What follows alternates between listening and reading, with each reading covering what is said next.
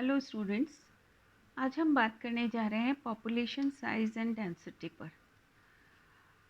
Population हम basically किसको कहते हैं कि एक किसी भी पर्टिकुलर स्थान पर नंबर ऑफ ऑर्गेनिजम्स किसी सेम स्पीशीज़ के क्या हैं, तो ये उस जगह की पॉपुलेशन कहलाई जा सकती है। इसी तरह अगर हम डेमोग्राफी देखें तो डेमोग्राफी क्या होती है? स्टैटिस्टिकल स्टडी है किसी पर्टिकुलर पॉपुलेशन स्पीशीज़ की। अगर हम लेते हैं, बात करते हैं, तो उसके बदलाव के या समय के साथ बदलाव के, उसके अन्य फैक्टर्स के कारण बदलाव के ट्रैक रिकॉर्ड्स हमें रखने होते हैं। तो जब हम किसी पर्टिकुलर स्पीशीज़ का साइंटिफिक स्टडी के लिए ट्रैक रिकॉर्ड रखते हैं समय के साथ, गुज़रते समय के साथ, तो हम उसको डेमोग्राफी कह सकते हैं। डेमोग्राफी क्यों ज़रूरी है?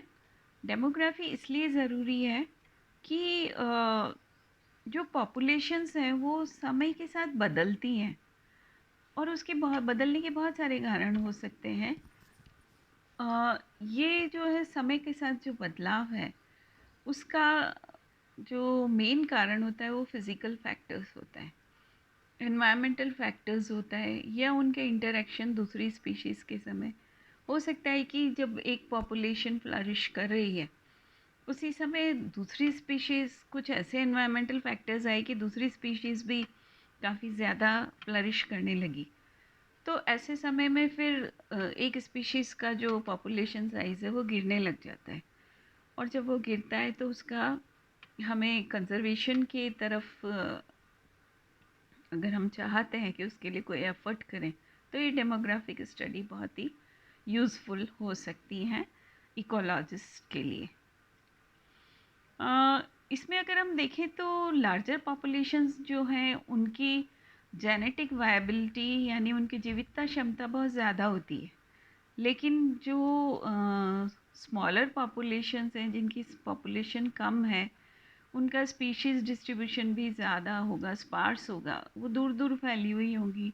हो सकता है उनका रिप्रोडक्शन इतना ज़्यादा नहीं हो रहा है कि उनका डिस्ट्रीब्यूशन जो है पास पास या बहुत घना हो पाए, तो वो स्टडी फ्लरिश नहीं कर पाएंगी, वो स्पीशीज़ फ्लरिश नहीं कर पाएंगी। और अगला पॉइंट आता है कि कैरिंग कैपेसिटी। किसी पर्टिकुलर एरिया में जितने नेचुरल रिसोर्सेज किसी स्पीशीज़ के लिए पाए जाते हैं उनकी भी अपनी एक लिमिट होती है, उनकी अपनी सीमाएं होती है, जिसकी वजह से बहुत ज़्यादा वो सपोर्ट नहीं कर पाती है। तो ये कह सकते हैं हम धारण क्षमता जो है वो कैरिंग कैपेसिटी हो सकती है। पॉपुलेशन साइज हम देख ही चुके हैं कि number of individuals in a given area are called population size. तो जो टॉप 6 कैरेक्टरिस्टिक्स होती हैं किसी भी पॉपुलेशन में, उसमें सबसे पहला होता है पॉपुलेशन डेंसिटी। पॉपुलेशन डेंसिटी को हम ये कह सकते हैं कि नंबर ऑफ इंडिविजुअल्स पर बायोमास या पर इंडिविजुअल पर यूनिट एरिया और वॉल्यूम, यानी किसी पर्टिकुलर यूनिट एरिया में कितनी स्पीशीज़ या कितना बायोमास हो सकता है, वो उसकी पॉपुलेशन डेंसिटी कहलाती है। फॉर एग्ज़ाम्पल, पर हेक्टेयर में अगर 500 टीक के ट्रीज़ हैं तो वो उसकी पॉपुलेशन डेंसिटी है। इसी तरह 100 स्क्वायर किलोमीटर में अगर 40 लॉन है तो वो उसकी वो उसकी पॉपुलेशन डेंसिटी हो सकती है। तो पॉपुलेशन डेंसिटी स्टैटिक भी हो सकती है यानी स्थायी भी हो सकती है, और कभी कभी ये बदल भी सकती है। पॉपुलेशन साइज़ को हम कई मेथड्स के द्वारा नाप सकते हैं। पहला है अबंडेंस, दूसरा है न्यूमेरिकल डेंसिटी, और तीसरा है बायोमास डेंसिटी। अबंडेंस यानी कितना, एक पूर्ण नंबर में इंडिविजुअल्स कितने हैं उस जगह पे। न्यूमेरिकल डेंसिटी जो हम पहले फॉर्मूला जिसमें देख सकते हैं कि number of individuals per unit area और वॉल्यूम। और तीसरा biomass density, wet weight, dry weight, volume, carbon and nitrogen weight per unit area और वॉल्यूम, यानी wet weight, dry weight, volume, carbon and nitrogen weight per unit area या volume, ये कहलाता है biomass density. Population density को हम दो तरीक़ों से व्यक्त कर सकते हैं। पहला है क्रूड पॉपुलेशन डेंसिटी और दूसरा है ecological density. Crude population density, जब डेंसिटी को हम total area with particular time पर जब हम मेंशन करते हैं तो वो क्रूड पॉपुलेशन डेंसिटी होती है। और जब इकोलॉजिकल डेंसिटी की बात करते हैं तो total area of habitat available to that species, वो इकोलॉजिकल डेंसिटी होती है।